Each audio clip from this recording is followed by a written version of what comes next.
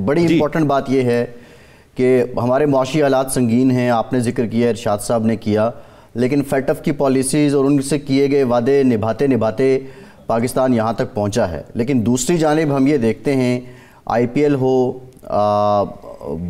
बॉलीवुड हो, बड़े पैमाने पे वहाँ पे सारी ब्लैक मनी वाइट होती है, वो धंधा चलता है, और रिव्यू जब फेटफ करता है तो उसमें एक रस्मी सा उसके बाद वो सारा अपना लेटर एक दे देता है और कोई बड़ी कार्रवाई भी नहीं होती है।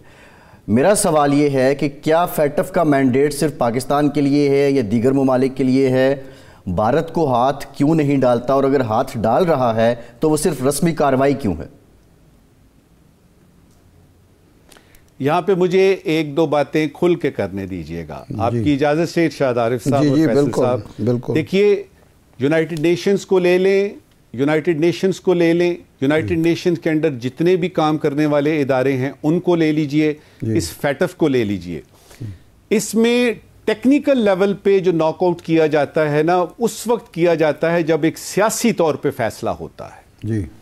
जब एक सियासी तौर पे ये फैसला हो गया कि हिंदुस्तान हमारा हलीफ है, हमारा दोस्त है, साउथ एशिया में चाइना का एक काउंटर समझ लीजिए कि पावर है, और ये हिंदुस्तान जो है पिछले कई बरसों से अमेरिका और अमेरिका के जो साथ उसके एलाइज हैं, वेस्टर्न यूरोप है, उनके लिए एक पुलिसमैन का रोल अदा कर रहा है। और उसमें वो दो किरदार, आपने ये क्वाड की भी बात सुनी होगी जो उन्होंने बनाया, उसमें उन्होंने हिंदुस्तान को शामिल किया। क्वाड को शामिल करने का मतलब ये है कि जो साउथ चाइना सी पे जो सारा कुछ हो रहा है, चाइना को जो मसाइल पेश आ रहे हैं, उसमें एक सुर्खेल समझ लीजिए कि यानी हिंदुस्तान के जराए को इस्तेमाल किया जाएगा, और ये उनको पता है कि हमें इस्तेमाल किया जा रहा है। अब वो डबल गेम खेल रहा है हिंदुस्तान, वो इधर भी है और साथ में ये भी बता रहा है कि हम इंडिपेंडेंटली भी हैं। लिहाजा ये साबित हुआ कि यूनाइटेड नेशंस का कोई है, यानी अगर फर्ज करें सिक्योरिटी काउंसिल को ले लें, जनरल असेंबली को ले लें, उसके बाद इसके मुख्तलिफ इदारे, इवन यूनेप और हैबिटेट को ले लें, जहां पे कि सिर्फ इन्वायरमेंट के हार्मलेस किस्म के मसाइल डिस्कस होते हैं नैरोबी में, उसमें भी हमने देखा, हम ये देखते हैं कि हिंदुस्तान को एक तरजीही जो है ना वो रवैया उसके साथ रखा गया है, वो इस तरह से कि हिंदुस्तान को फेटफ की ब्लैक लिस्ट में होना चाहिए। देखिए, इससे ज्यादा क्या होगा कि आपको EU, ये जो आपकी डिसइंफो लैब थी, वो यूरोप बेस्ड है, वो पाकिस्तान ने नहीं किया ये सारा कुछ। उसके बाद ये यानी पाकिस्तान ने रिपोर्ट नहीं की। फिर ये जो खास तौर पे कनाडा में वाकया पेश आया, इसमें 5 आईज जो आपकी 5 आईज हैं, उन्होंने सबूतों के साथ कनाडा को बताया, कनाडा ने उसके बाद उस पर यानी किया। अब यह कि उसको क्यों दरखौरे इतना नहीं समझती इंटरनेशनल कम्युनिटी, क्यों सरफे नजर हो रही है, और उसके पीछे हैं सियासी मुहर्रकात। ये सियासी मुहर्रकात ही हैं जिनकी वजह से यूनाइटेड नेशंस में जब भी बात आएगी इंडिया की, तो उसको कहा जाएगा कि यार चलो इसको देखो, कुछ सॉफ्ट जो है ना, कोई छोटा सा कोई रेप्रीमांड कर लो, कुछ तंबीह कर दो, चलो इनके फॉरेन मिनिस्टर को बुला लो, उसको थोड़े से कान खींच लो। लेकिन पाकिस्तान की क्यों नहीं हो रही? क्योंकि पाकिस्तान उसूलों पे खड़ा है। पाकिस्तान और चाइना की दोस्ती खटकती है उन तमाम आंखों में जो नहीं चाहते कि पुरअमन तरीके से जो है, जिस तरह के हमारा CPEC है या BRI वगैरह है। तो इसमें मुहर्रकात हैं सियासी, लेकिन बताएंगे थोड़ी वो। अब अमेरिका जो है, क्या वो आपको बताएगा कि सियासी वजूहात की बिना पे फेटफ को अहकामात दिए गए हैं, या IMF को अहकामात दिए गए हैं, या वर्ल्ड बैंक को दिए गए हैं, या यूनाइटेड नेशंस की फना कमेटी में उनको बताया गया है? इस तरह हम देखते हैं इजराइल के साथ है, मसलन गजा में नस्लकुशी हो रही है, लेकिन खामोश है सारी दुनिया। वो इसलिए कि सियासी तौर पे फैसला होता है। तो मेरे ख्याल में इन वाकयात को, ये जो आज वाकया हमारे सामने आया है, जो हमारे फॉरेन सेक्रेटरी साइरस सजाद काजी साहब ने सबको खुल के बताया और सबूतों के साथ आया है, इधर से पीछे चलते जाइए, हरदीप सिंह नज्जर पे आ जाइए, पुन्नू पे आ जाइए, कुलभूषण यादव पे आ जाइए।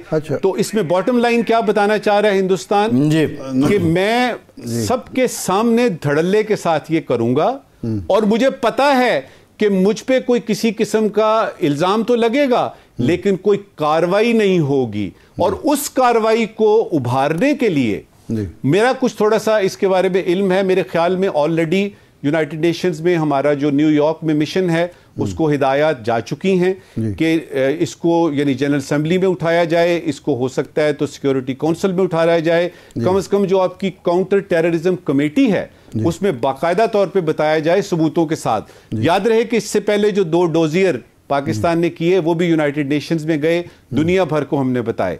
अब इसमें यानी इस वक्त की आखिरी बात कि जब हम देखते हैं कि अमेरिका या यूरोप खास तौर पे और किसी हद तक मैं देखता हूं कि रूस भी सरफे नजर करता है, इस तरह की हरकत जो है वो उनको सरफे नजर किया जा रहा है, तो फिर क्या किया जाए?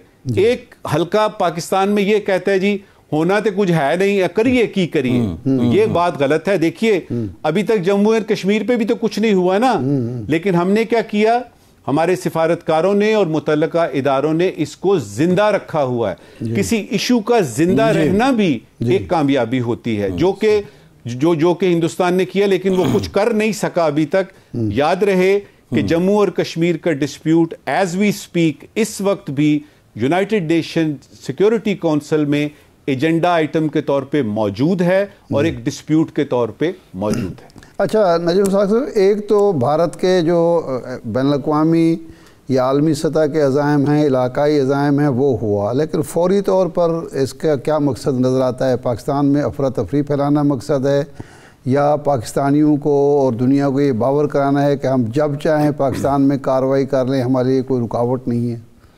फौरी मकसद क्या हो सकता है?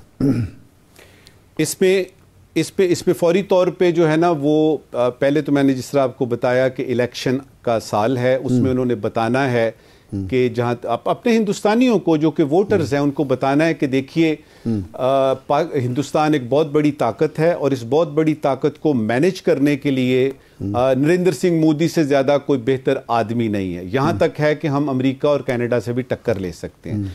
आपकी बात जो है ना उसके पीछे हमें जाना पड़ेगा, उसमें दो पहलू आपको बताते हैं।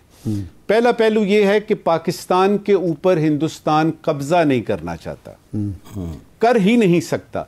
35 से ज्यादा तो सेपरेटिस्ट मूवमेंट चल रही हैं आपकी हिंदुस्तान के अंदर। उस मुल्क में कम से कम 35 ऐसी यानी तहरीकात हैं जिसमें कि ये खालिस्तान वगैरह की भी आती है, जिसमें वो अलहदा होना चाहते हैं हिंदुस्तान से। तो पाकिस्तान पे कब्जा करने का तो वो ख्वाब भी नहीं देख सकता, क्योंकि ये तो किसका तो सवाल ही पैदा नहीं होता। दूसरी तरफ पाकिस्तान की जो मजबूत फौज है या जो पाकिस्तान की अवाम है, तो ये क्वेश्चन नहीं है। तो अब क्या किया जाए? वो एक कमजोर पाकिस्तान देखना चाहता है। सही। अब यह है कि वो इसकी ख्वाहिश 1948 से, उन्होंने तो अभी तक तस्लीम ही नहीं किया पाकिस्तान को एज अ सॉवरन स्टेट। वो तो समझते हैं जिस तरह वो श्रीलंका पे सार्क की सारी कंट्रीज देख लीजिए, उसमें आपको नजर आएगा कि श्रीलंका है, नेपाल है, बांग्लादेश है, सब पे तसल्लुत है। भूटान तो यूं समझिए कि हिंदुस्तान का एक हिस्सा है। आ जाके पाकिस्तान रह जाता है और वो जो कहते हैं ना पेबल इन द शू, इस वक्त payable in the shoe Pakistan. अब ये जो आपने इंतशार की बात की है, ये बिल्कुल सच्ची बात यानी इस तरह से भी है कि पाकिस्तान को कब्जा तो हमने कर नहीं सकते, इसको कमजोर किया जाए, इतना कमजोर किया जाए कि ये फिर हमारे सामने घुटने टेके, जिस तरह सार्क की बाकी कंट्रीज ने घुटने टेके हुए हैं। और वो तो कभी होगा नहीं इंशाल्लाह। उसके लिए क्या किया जाए? तकरीबी कार्रवाई की जाए। यहां के अपने अंदर हमारे पाकिस्तानी कुछ ऐसे हैं जो कि आपको यानी कभी कभी टीवी स्क्रीन पे भी नजर आएंगे, वहां की बातें करते हुए कि हिंदुस्तान देखे जी, जमहूरियत फलाना, ये वो। पैसा खर्च किया, कार्रवाइयां की, तकरीबी कार्रवाइयां, और खास तौर पे टेररिस्ट रिलेटेड यानी कार्रवाइयां की, ताकि इंतशार फैले पब्लिक में हो कि जी देखें हुकूमत क्या कर रही है, हुकूमत फेल हो गई है, फलाना ये हो गया, फलाना वो हो गया, हमारी जान माल का, इज्जत का तहफ्फुज नहीं हो रहा, वगैरह वगैरह।